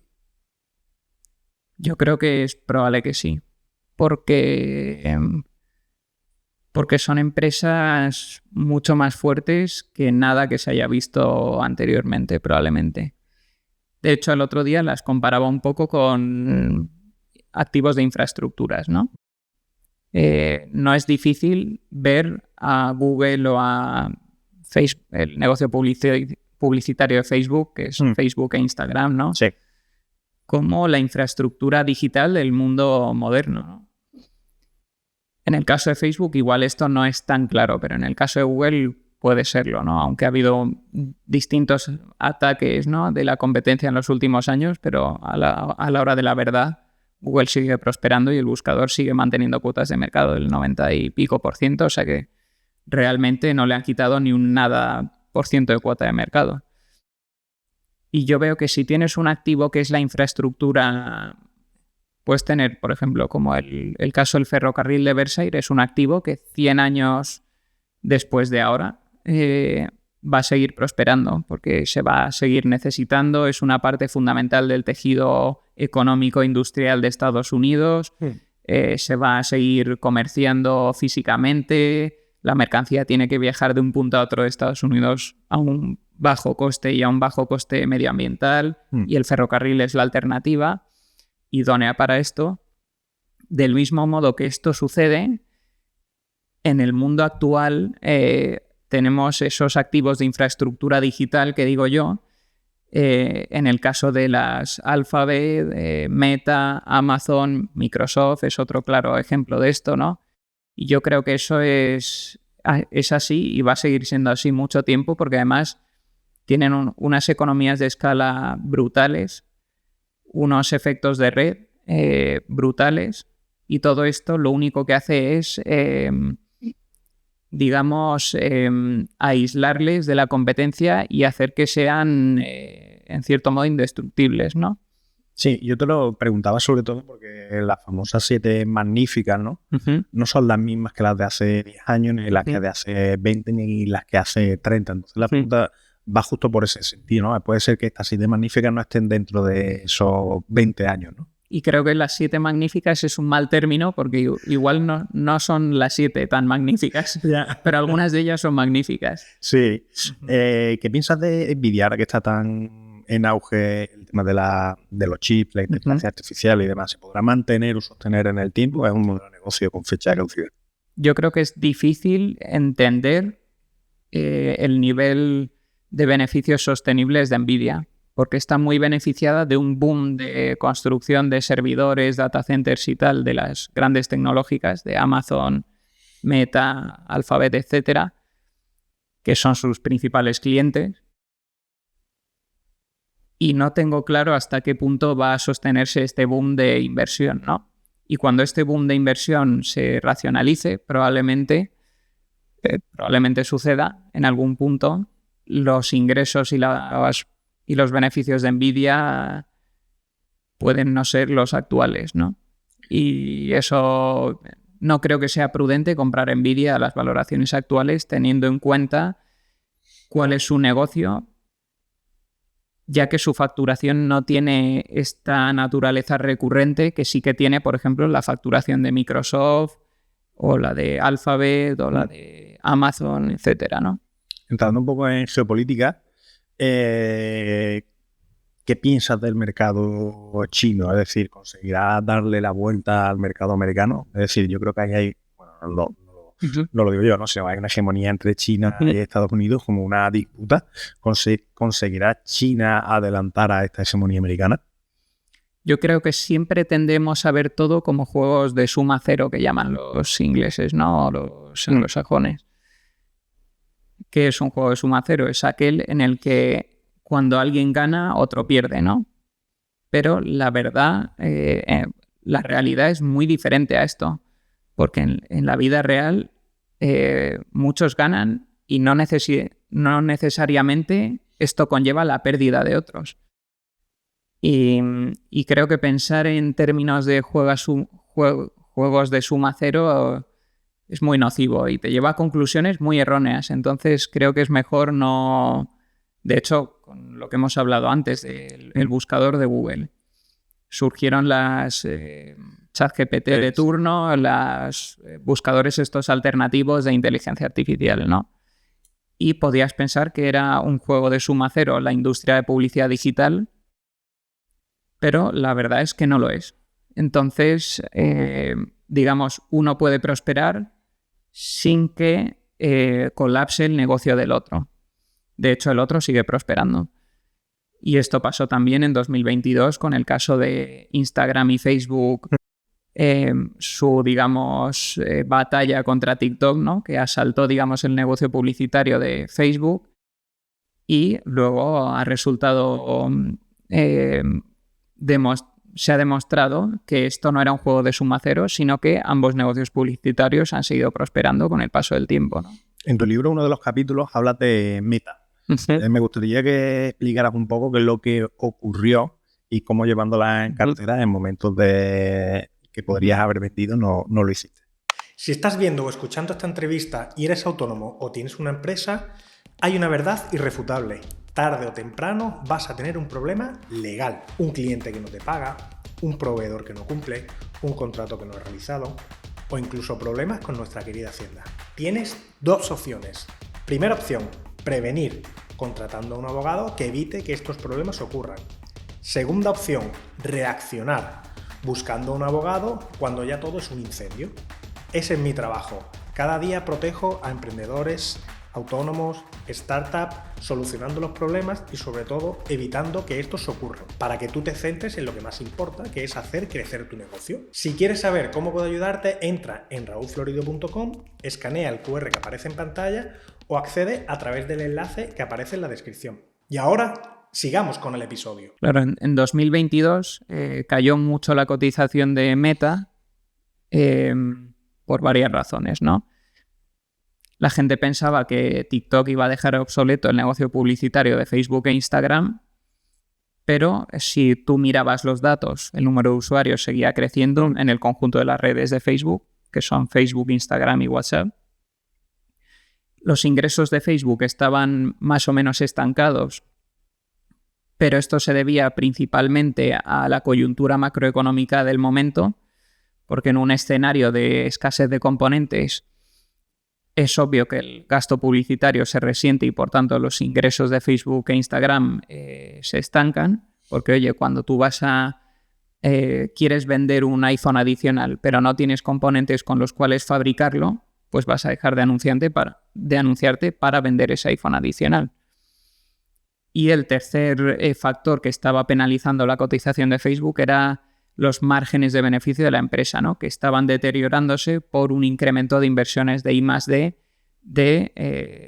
inversiones a largo plazo que consideraba adecuadas el dueño de la empresa, ¿no? Sí, un análisis relativamente profundo, pero tampoco exhaustivo y frío, más frío que el que estaba haciendo la comunidad financiera, llegaba a la conclusión de que Facebook no estaba en declive y que su negocio publicitario prosperaría con el paso del tiempo, ¿no? Pero la cotización había colapsado, ¿no? Y llegó a una valoración muy atractiva. De hecho, yo compré mis acciones, creo que fue a $190 por acción, cuando la empresa cotizaba a PER 13 aproximadamente, y era un precio muy atractivo. ¿Qué pasa? Luego la acción cayó un 50% adicional y el precio llegó a ser extremadamente atractivo, ¿no? Que ojalá lo hubiera aprovechado, pero bueno. Y bueno, al final la inversión ha demostrado ser un éxito, ¿no? Pero bueno, lo importante es eso, que hay que entender el negocio de la empresa, entender la situación que engloba la oportunidad de inversión y entender qué piensa el mercado de la empresa y de la situación y posicionarte acorde a lo que tú piensas y no a lo que piensa el mercado, si piensas que no es razonable lo que piensa el mercado, ¿no? Cuando cayó a ese precio extremadamente atractivo, ¿cuál fue el motivo por el cual no hiciste all-in? Es decir, si tú tenías muy claro de que... Sí, fue un error grave por mi parte. Lo que pasa es que me consuela saber que al menos no las vendí. Bueno, al final estabas... Es decir, tenías en mente, seguías analizando el negocio, tú seguías viendo que el modelo de negocio iba a seguir adelante. Ahí, hombre, es que es muy fácil de decir. A posteriori es muy fácil, siempre, pero en el momento las cotizaciones tienen un efecto ineludible sobre la psicología del inversor. Exacto. Sobre todo cuando estás dentro, digamos, ¿no? Cuando has asumido ya el riesgo y el mercado parece indicarte que te has equivocado, aunque puede que no sea así, ¿no? En mi caso, claro, las acciones, como he dicho, siempre tengo la cartera muy concentrada, ¿no? Yo invertí aproximadamente creo que era un 15 o un 20% de mi cartera en acciones de Facebook. Entonces, cuando queda un 50%, tu segunda inversión más importante, empiezas a sudar, empiezas a pensar cosas muy extrañas y es difícil ser más agresivo, sobre todo cuando ya has sido bastante agresivo, como es mi caso, ¿no? Lo bueno es que fui capaz de mantener la frialdad y resistir a la presión emocional del momento y no desperdiciar mi inversión en el momento de mayor pesimismo, ¿no? Es que en el mercado bursátil ver unas caídas así no es tan cotidiano, evidentemente. El que toca también el sector cripto, toca por ejemplo Bitcoin, que tiene muchísima volatilidad, y ve caer Bitcoin en un 50%, yo creo que ya lo tiene hasta naturalizado, ¿no? Es decir, como que has sufrido ya esas caídas y sabes que es parte del juego. Pero en el mercado bursátil, como tú dices, que entras a un precio bastante atractivo y aún así te cae un 50% la cotización, y en una cartera tan concentrada como la que tú tienes, psicológicamente tiene que ser bastante complejo. Y en vez de decir, oye, pues voy a hacer all-in aquí, ¿no? Como yo te decía antes, vas a decir, oye, me voy a mantener conservador, que bueno, que hay otros activos que también puede ser interesante. Entonces, es muy común el decir, ¿no? O el escuchar en la comunidad financiera de que cuando cae cierto valor, pues que compres para promediar, ¿no? Pero claro, hay que tener en cuenta ese aspecto psicológico que tú comentas. Es muy difícil porque además tienes que ser consciente de que puedes estar equivocado siempre. Que en el momento no es evidente que estés acertando. De hecho, lo evidente parece lo contrario. Entonces, si tú has sido agresivo con la compra inicial, como fue mi caso, quizá no sea del todo racional seguir siendo más agresivo en vista de esa situación de pesimismo y valoración atractiva, porque es posible que te estés equivocando y cuando ya has sido agresivo una vez, serlo 2 veces puede significar el final de tu carrera como inversor, quizá. Claro. Que en este caso no lo iba a ser, pero que también tienes que ser prudente y tener un poco de perspectiva y decir, oye, no puedes estar siempre apostando por la misma idea porque tienes que ser consciente de que en esa idea puedes estar equivocado. Me gustaría que te pongas en la mente de una persona que va a comenzar hoy a invertir y siguiendo la filosofía que tú tienes, ¿vale? Y dispone de un capital 10.000, por ejemplo, ¿vale? Claro, ahora con las valoraciones como están, ¿tú consideras que tendrías la misma cartera o en este caso sería una cartera radicalmente diferente? Radicalmente diferente no lo sería. Quizá algunas de las empresas que hoy tienen más peso en mi cartera tendrían un poco menos, porque actualmente tienen un gran peso por haber acumulado mayores rentabilidades, digamos, ¿no? Y luego está el tema impositivo. Evidentemente yo no quiero vender no quiero realizar plusvalías, tributar, etcétera. Entonces no serían exactamente iguales, ¿no? Pero sí que pienso que deberían de ser muy parecidas. Quizá lo que haría es replicaría mi cartera actual, pero manteniendo un mayor porcentaje de efectivo disponible, ¿no? Imagínate que en mi cartera está distribuida de X manera y tengo un 5% de cash o algo así.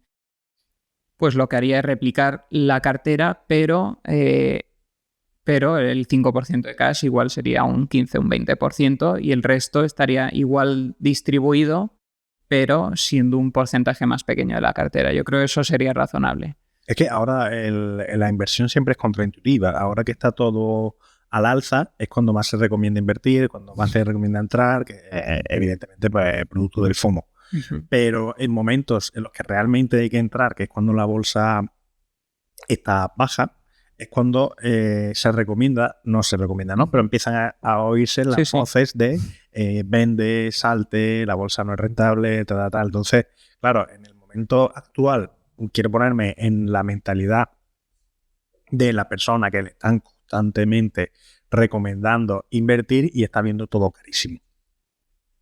Esto es curioso porque incluso todos entendemos que las cotizaciones tienen una influencia rara sobre la mentalidad del inversor, ¿no?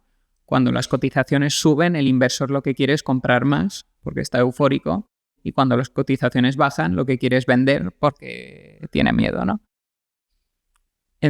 Pero bueno, puedes pensar, esto solo le pasa al inversor menos sofisticado, digamos.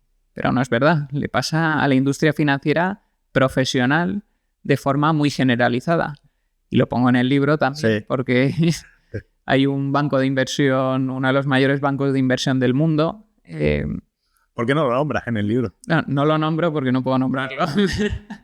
Pero es probablemente el antagonista del libro. Sí. Y claro, yo por mi relación profesional con ellos, en el Family Office donde trabajaba anteriormente, pues trataba con ellos, me daban informes de valoración de las empresas que yo les pedía, etcétera, ¿no? Y en el caso concreto de Meta, esto se ve muy bien, porque cuando la cotización era de $300 por acción, aproximadamente, hablo de memoria, ellos le daban una valoración de, no sé, 350 o $400 por acción. Cuando la acción empezó a caer, ellos empezaron a bajar la recomendación. Y cuando llegó a más o menos $100 por acción la acción de Facebook, en tan solo 5 o 6 meses se produjo toda la caída. Ellos le dieron una valoración de $100 por acción. ¿Qué pasa? Pasado un año, la acción de Facebook se recuperó notablemente y muy rápido y volvió a ser de $300 por acción. la valoración de este gran banco de inversión pasó de 100 otra vez a $400 por acción. Es decir, en 2 años aproximadamente, quizá el banco de inversión, uno de los más grandes del mundo, que se supone que son de los más inteligentes que hay aquí en la industria financiera, no sabían absolutamente nada en relación con el valor de una de las empresas más grandes y que todos utilizamos a diario, como es Facebook, porque le pasó de valorarla en 400 a 100 y de 100 a 400 en 1 año y medio o 2 años.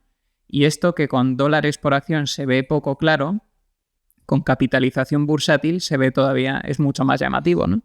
Es decir, ellos valoraban Facebook en aproximadamente 1 billón europeo de dólares, o sea, 1 trillón.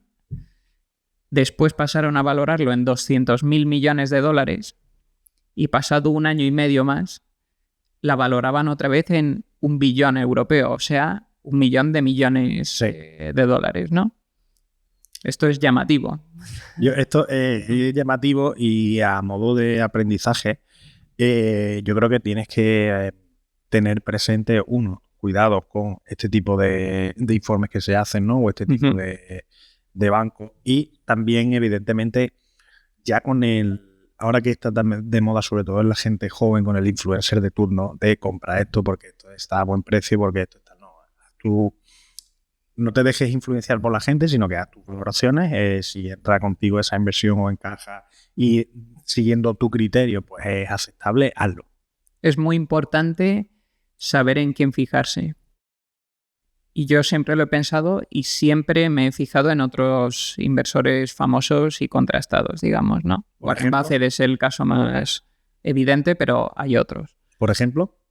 Me gusta mucho David Tepper, por ejemplo, aunque tiene un estilo de inversión más diferente al de Buffett y al mío, porque quizá él es más, dentro de que tiene una filosofía de inversión rigurosa, compra barato y tal, quizá él es más especulativo o tiene un horizonte temporal más, quizá no tan largoplacista. Pero no lo sé, me gustaría hablar con él, pero no es accesible. Y luego hay otros inversores, por ejemplo, Chris Davis me gusta, él está en el consejo de administración de Berkshire Hathaway, pero hay muchos más inversores, ¿no? El Guy Spier, que hace el prólogo del libro, también me he fijado mucho en él porque tiene un estilo de inversión y una filosofía muy parecida a la mía, de cartera concentrada, muy inactivo, horizonte temporal muy largoplacista, etc. O sea, hay varios, ¿no? Pero veo que es muy importante saber en cuáles tienes que fijarte. Y solo tienes que fijarte en sus ideas de mayor convicción y cuando entiendes por qué están haciendo la inversión concreta y después de haber hecho tu propio análisis de forma disciplinada. No vale con simplemente copiar las inversiones de otros.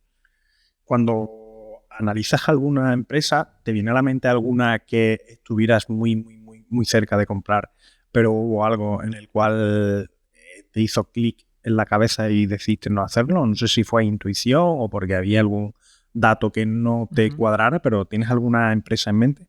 Por ejemplo, en Alibaba cometí un error al no comprar. Y el error es más grave porque en realidad sí que compré. Lo que pasa es que compré como una inversión familiar, no a título personal, y fue una inversión pequeña en la que gané un 30% de rentabilidad y la vendí para fortalecer la inversión familiar en jd.com, de la cual hablo en el libro, ¿no? Sí. Y desde entonces, desde que hice el brillante movimiento, probablemente JD ha hecho un 0% de rentabilidad y Alibaba ha hecho como un 150% o algo así, ¿no? ¿Por qué hablas en el libro sobre esta inversión, sobre jd.com? Sí, creo que es una empresa de las más baratas que he visto nunca, probablemente. La valoración es muy atractiva. De hecho, hoy vale en bolsa, o sea, tiene una capitalización bursátil de 40.000 millones de dólares. Tiene un negocio de comercio electrónico similar al de Amazon, operando su propia infraestructura logística, que genera un beneficio neto anual de en torno a 6.000 millones de dólares. que si lo valoras a PER 10, que es muy, muy prudente, sería un valor de 60.000 millones de dólares. Y después JD tiene otras cosas, ¿no? Tiene una posición de caja neta de en torno a 20.000 millones de dólares, tiene inversiones financieras en otras filiales y compañías de en torno a otros 20.000 millones de dólares y tiene alguna otra iniciativa de alguna filial de food delivery o negocios emergentes que actualmente no rentabiliza, ¿no? Tienen pérdidas. Pero si valoras por partes JD.com, llegas a la conclusión de que el valor es 100.000 millones de dólares o algo así, siendo prudente incluso, y la cotización actual son 40.000 millones de dólares. Entonces hay un potencial muy atractivo con respecto a una valoración muy prudente también, porque estoy valorando su negocio de comercio electrónico a PER 10, que nunca se valoraría así un negocio que crece por encima del 20% anual, que es el caso. ¿Por qué te decantas por la filosofía value y no por otro tipo de filosofía? Independientemente de que, como tú ya has comentado, ¿no? Empezases a formarte a través de Warren Buffett. Probablemente porque se adapta bien a mis circunstancias personales. No me gusta mucho operar. De hecho, no me gusta operar. Me gusta comprar, pero no me gusta vender. Y esto ya de por sí hace que opere muy poco. Tengo un horizonte temporal largo y esto me diferencia ya de por sí de cualquier método de especulación, digamos. Y sí, creo que se adapta a mí y lo he entendido y lo he interiorizado, ¿no? Porque tú puedes entender algo y no actuar conforme a ello. Pero si de verdad eso como que da en la tecla contigo de alguna forma, lo interiorizas y como que forma parte de tu personalidad, de tu forma de ser, ¿no? Y lo veo algo totalmente inherente a mí, ¿no? Digamos, mi filosofía de inversión es así y sé que no podría ser de otra forma. De hecho, como he dicho, aunque me fijé en otros inversores a los que admiro, por ejemplo, David Tepper, que tiene un 30% de rentabilidad anual en 30 años o lo que sea, una barbaridad, yo sé que no puedo actuar como este tipo.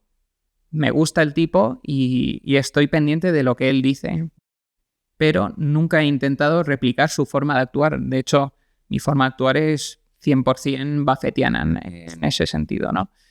Que se aleja un poco de la suya. Y entonces lo veo un poco así, la verdad.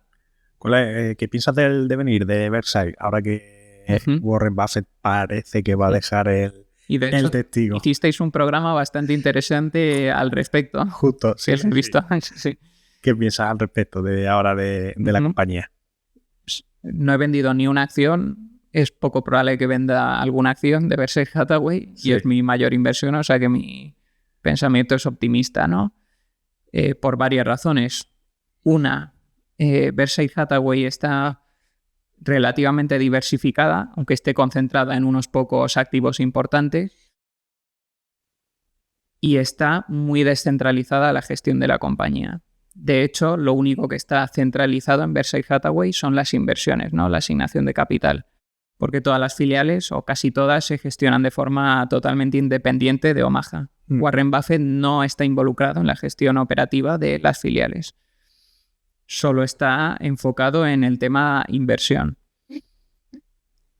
Hay otro tema que es que la sucesión, aparte de que creo que el sucesor, que es Greg Abel, es el candidato idóneo, digamos, para esta fase de la compañía, y además lo ha demostrado porque él dirigió exitosamente una de las principales filiales de Berkshire Hathaway, que es Berkshire Hathaway Energy, el conglomerado energético de Berkshire, durante las últimas décadas, y ha sido un gran éxito de Berkshire Hathaway, la filial energética, gracias en parte a la gestión de Greg Abel, en gran medida gracias a su gestión. También lo que pienso es que, llegado el punto actual de Berkshire, cómo está estructurado Berkshire, los activos que tiene, que son de mucha calidad, y la fortaleza financiera incomparable que tiene la empresa, creo que no es tan relevante ya quién la gestione, porque de hecho si si que no va a pasar esto. Agreeable es mucho más inteligente que yo, pero si me pusieras a mí en vez de Agreeable y yo no hiciera nada, realmente me fuera a dormir la siesta, Berkshire Hathaway sigue prosperando. Rueda sola. Claro. O sea, no necesitas a alguien que no la cague, hablando coloquialmente. Pero no necesitas a alguien muy brillante ya, ¿no? Lo que sí que era necesario era en la fase de construcción de la compañía alguien tan brillante como Warren Buffett, ¿no? Pero llegado al punto actual no lo necesitas ya, ¿no?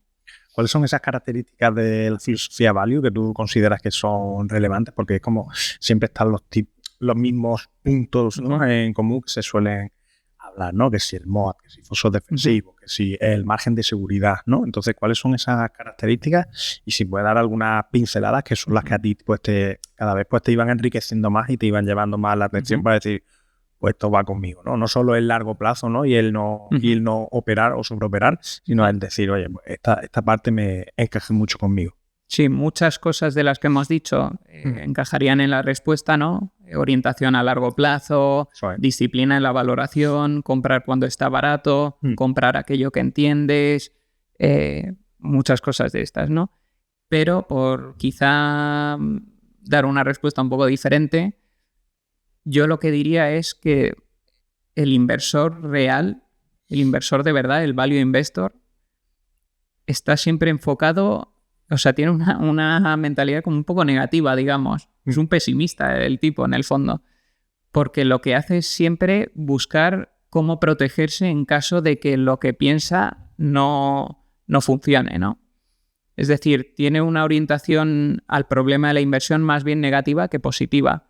Lo positivo lo da por hecho y dice, oye, si va bien, pues mejor.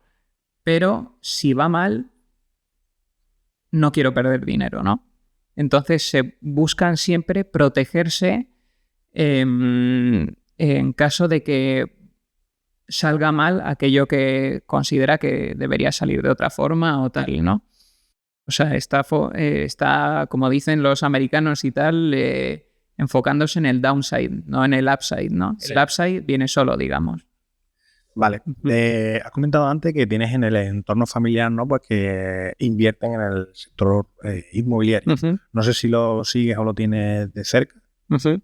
¿Y cómo piensas que está ahora mismo el mercado inmobiliario en España? Yo creo que puedes obtener más por tu dinero invirtiendo en bolsa generalmente que en activos inmobiliarios. Pero depende siempre, ¿no? Sí. O sea, en todas las clases de activos hay oportunidades de inversión atractivas y si sabes lo suficiente al respecto puedes aprovecharlas, ¿no? Pero lo que veo es que en el sector inmobiliario venimos de una época de 20 años, bueno, no llega a 20, pero muchos años de tipos de interés anormalmente bajos, artificialmente bajos, por las políticas monetarias que se han puesto en práctica en Occidente, bueno, y en práctica en todo el mundo. Y esto ha provocado una situación en la cual se está financiando la compra de activos inmobiliarios, porque el banco te presta con garantía el inmueble a un tipo ínfimo, prácticamente te regala el dinero para afrontar esa operación, y esto lo que hace es empujar los precios al alza, ¿no?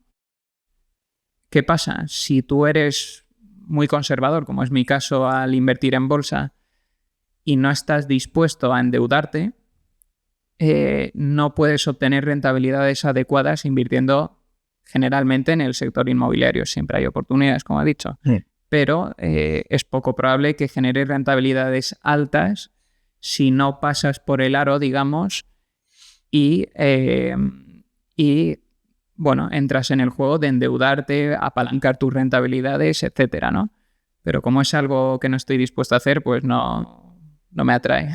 Has puesto una de las características claves que es en el sector inmobiliario el apalancamiento. Es decir, a la hora de adquirir inmuebles, para mí realmente es el atractivo, ¿no? Es decir, que es muy sencillo apalancarte. Y muy barato. Y muy barato. Entonces, en el sector bursátil, evidentemente también existe ese apalancamiento, lo que conlleva mucho más riesgo y considero que la gente no lo termina de entender o lo hace un poco a la ligera, ¿no? Luego viene el famoso margin call, etcétera. Entonces, ¿qué piensas al respecto de ese apalancamiento financiero que existe en el sector bursátil? A mí, como cualquier tipo de deuda, y yo creo que ya se ha visto durante la entrevista, no me gusta, ¿no? Y nunca lo he hecho y nunca lo voy a hacer. Porque además, mira, voy a citar un poco al David Tepper, del que hablo ya, y hay una entrevista, yo creo que en CNBC o en la tele, donde le dicen, esto era hace ya 15 años o así, pero él ya llevaba como un track record de 15 años de unas rentabilidades altísimas, ¿no? Y muy superiores a las del SP500 en un periodo equivalente. Y le decían, bueno, pero estas rentabilidades, ¿cómo se consiguen? ¿Te endeudas? O sea, ¿te apalancas? ¿Qué apalancamiento utiliza tu fondo? Etcétera, etcétera. Y dice, ¿apalancamiento? ¿Para qué necesito eso? ¿Sabes? O sea, al final se pueden obtener rentabilidades extraordinarias si de verdad lo que haces es coherente y es inteligente, sin necesidad de utilizar doping, digamos, ¿no? No necesitas endeudarte para obtener una rentabilidad extraordinaria. Y si te endeudas para conseguirla, lo que estás haciendo es asumir mucho más riesgo. En cambio, si no te endeudas, pues el riesgo siempre lo minimizas, ¿no? Y de lo que siempre trato es de maximizar rentabilidades al mismo tiempo que reduzco riesgos, ¿no? Que es algo a priori contraintuitivo, pero que a la hora de la verdad es lo que funciona. Tienes bastante aversión a la deuda, por lo que veo. ¿Es algo por una cuestión personal o alguna vivencia que has tenido o es simplemente...? La verdad que no. Más allá de la acción que compré, que te dije que, bueno, perdí ahí un poco de dinero, pero realmente era, o sea, insignificante. O sea, que no es algo que me haya traumatizado de ninguna manera. Sí. Pero siempre lo he visto así, en parte porque en mi familia se opera de forma muy conservadora. El negocio inmobiliario patrimonial no tiene deuda. En el family office del grupo inmobiliario para el que trabajé también eran muy conservadores y es lo que les permitió sobrevivir, por ejemplo, a la crisis financiera, ¿no? Cuando otras promotoras quebraron. Warren Buffett siempre ha utilizado un balance hiperconservador dentro de Berkshire Hathaway. O sea, he visto que se pueden obtener rentabilidades buenas sin asumir el riesgo que conlleva la deuda. Y esto quizá es lo más importante, ¿no? Has comentado un par de veces que trabajabas en un family office. ¿Qué aprendiste de ello y cuál es ese, como digo, ¿no? ese aprendizaje que te llevas a interiorizar? Yo creo que aprendí muchas cosas de cómo hay que hacer las cosas y también muchas de cómo no hay que hacerlas. Sí. Porque al final yo creo que en la industria financiera es algo muy generalizado. Se opera en función de muchas veces se tiene muy presente el consejo del intermediario, del asesor, y esto es nocivo para las rentabilidades del inversor muy generalizadamente, y no era una excepción donde trabajaba.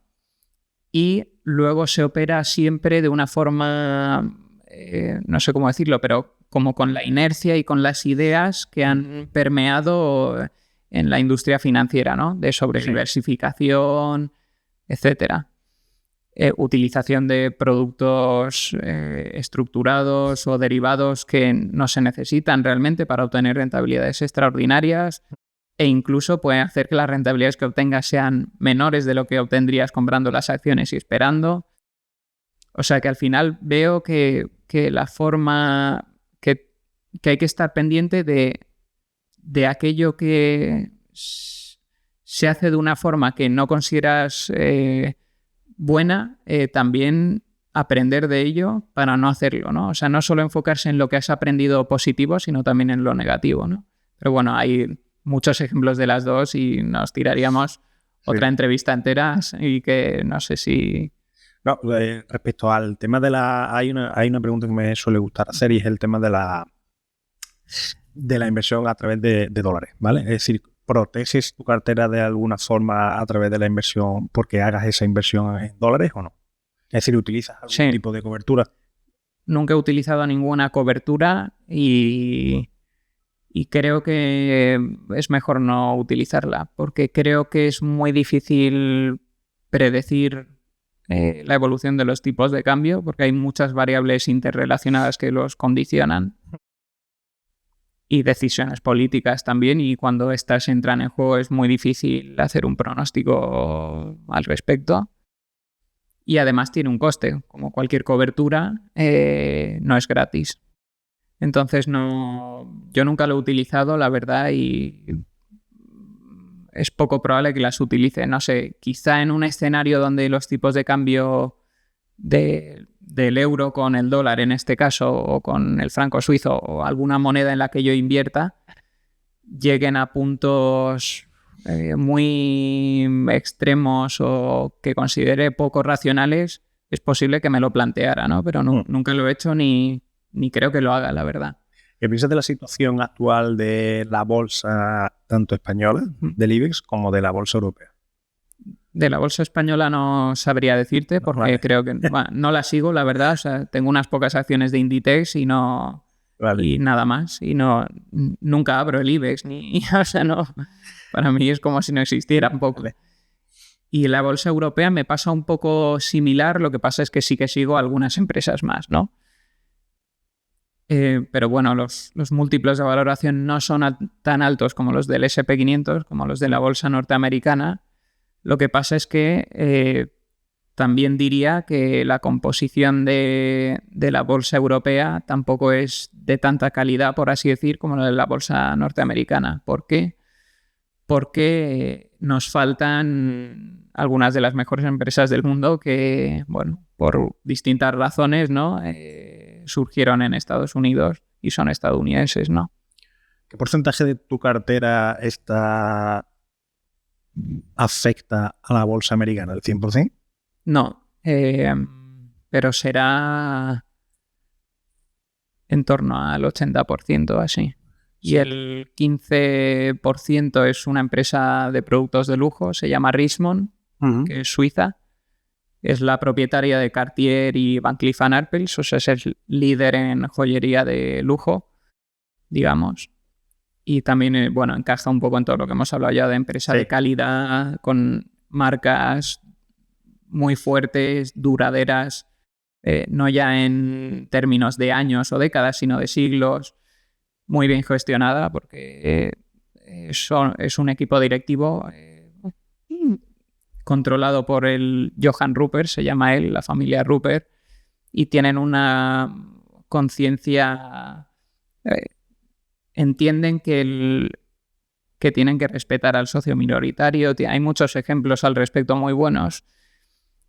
Y bueno, es la única empresa europea que tengo con un porcentaje alto de mi cartera invertido en ella, ¿no? Y luego tengo unas pocas acciones de Inditex y ya. Viendo lo a vista de pájaro y con lo que has aprendido, o lo que hablábamos, ¿no? De esa famosa caída de Meta, en el cual no entraste, si vieras tu cartera caer un 50%, ¿cómo sería tu reacción? Probablemente no haría nada, ¿no? Bueno, quiero pensar que no haría nada, porque lo que tengo me gusta y creo que es muy bueno. Entonces, si hiciera algo, probablemente sería para estropearlo. Es decir, malvendería, ¿no? Probablemente, porque bueno, tampoco tengo mucho cash actualmente, entonces tampoco podría incrementar sustancialmente la inversión en aquello que caiga, ¿no? Además que si cae un 50% toda mi cartera, pues tendría que comprar todas ellas y sería un incremento pequeño de cada una de las inversiones. Sí, ¿no? Es decir, irías promediando. No, iría a por la que viera más atractiva, vale, en el momento concreto. Es decir, no lo harías generalizado, ¿no? No creo. O sea, es que nunca voy de una forma, digamos, robótica o predeterminada a actuar, ¿no? Siempre lo hago de forma 100% oportunista en función de lo que considero razonable en cada momento, ¿no? Cuando comenzaste a invertir, ¿cuántas veces veías a la semana la cotización versus las veces que las ves ahora? No, siempre las he visto muchísimo. Lo que pasa es que no me influye, o sea, no actúo porque vea las cotizaciones variar, pero lo abro muchas veces y muchas veces al día, que es un error probablemente, no debería hacerlo. Y de hecho conozco algunos amigos o que no miran las cotizaciones y tienen rentabilidades muy buenas a pesar de que no se dedican a invertir. Y es una gran virtud que tienen, ¿no? ¿Cuál es el motivo por el que mira, es cuestión de ego o es una cuestión de miedo? O... Sinceramente, porque me entretiene. O sea, en vez de abrir Instagram Sí. unas 5 veces más, pues al día, pues abro la aplicación de la bolsa 5 veces más, pero no lo hago porque vaya a vender aquello que está bajando de lo que tengo, ni lo que, bueno, sí que lo hago para comprar, eso sí. O sea, si veo que algo que me gusta está a precio atractivo por la razón que sea y entiendo la razón, pues probablemente actúe, ¿no? Pero siempre lo hago como para comprar, nunca para vender.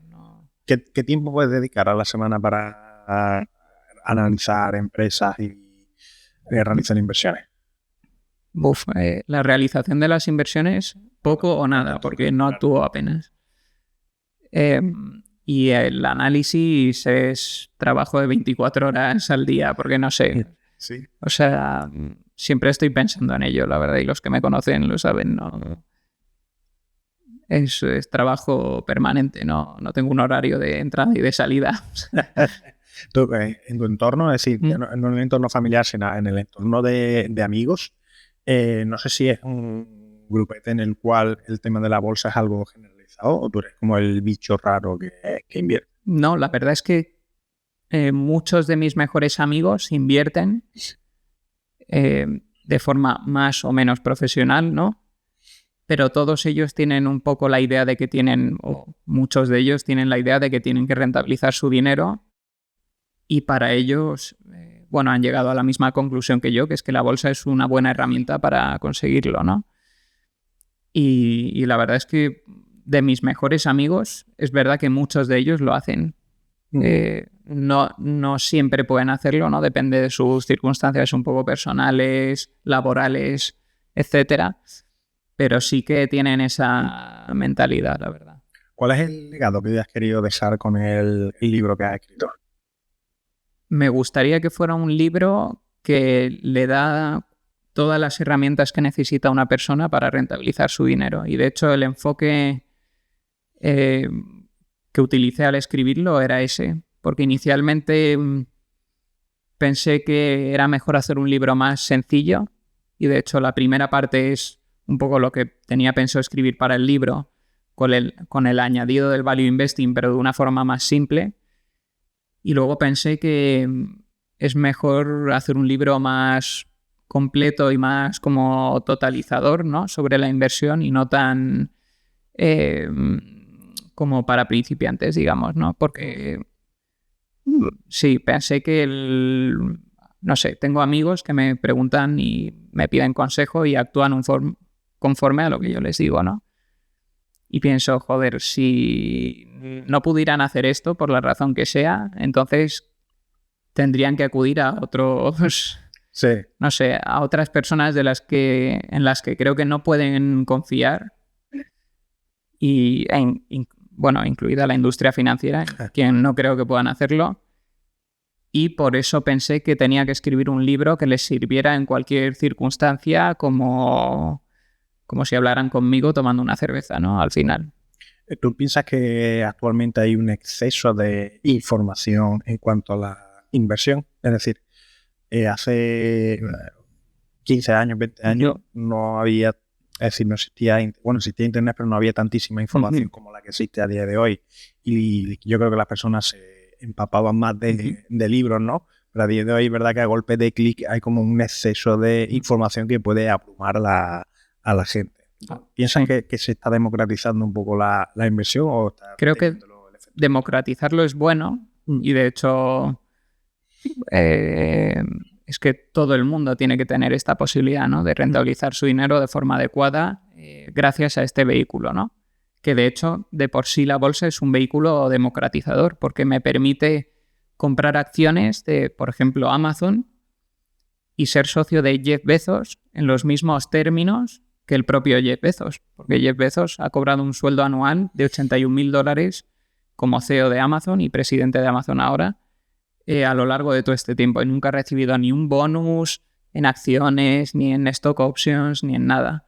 Entonces, tú al comprar acciones de Amazon, ves rentabilizarse tu patrimonio al mismo ritmo que el de Jeff Bezos, lo cual no puede ser más democratizador, ¿no? Entonces, yo creo que esto es muy importante. Lo que sí pienso es que la democratización de la bolsa en los medios de comunicación y en las redes sociales probablemente es excesiva y hay, no me gustaría decirlo así, pero hay mucho vendehumos y hay que ser muy disciplinado con el contenido que consumes y saber si lo que estás oyendo tiene sustancia o no y si merece la pena o no. Bueno, pues hasta aquí hemos llegado con la entrevista. Te agradezco evidentemente muchísimo que hayas venido y sobre todo pues el libro que has escrito, que efectivamente yo creo que parte, es decir, cumple su misión de democratizar lo que es la información y lo hace de una forma bastante sensata, que es empezando por lo básico y luego ir complicando más la inversión para el que quiera profundizar. Pues muchas gracias, Raúl, por invitarme y espero que me vuelvas a invitar el año que viene. Seguro. Gracias.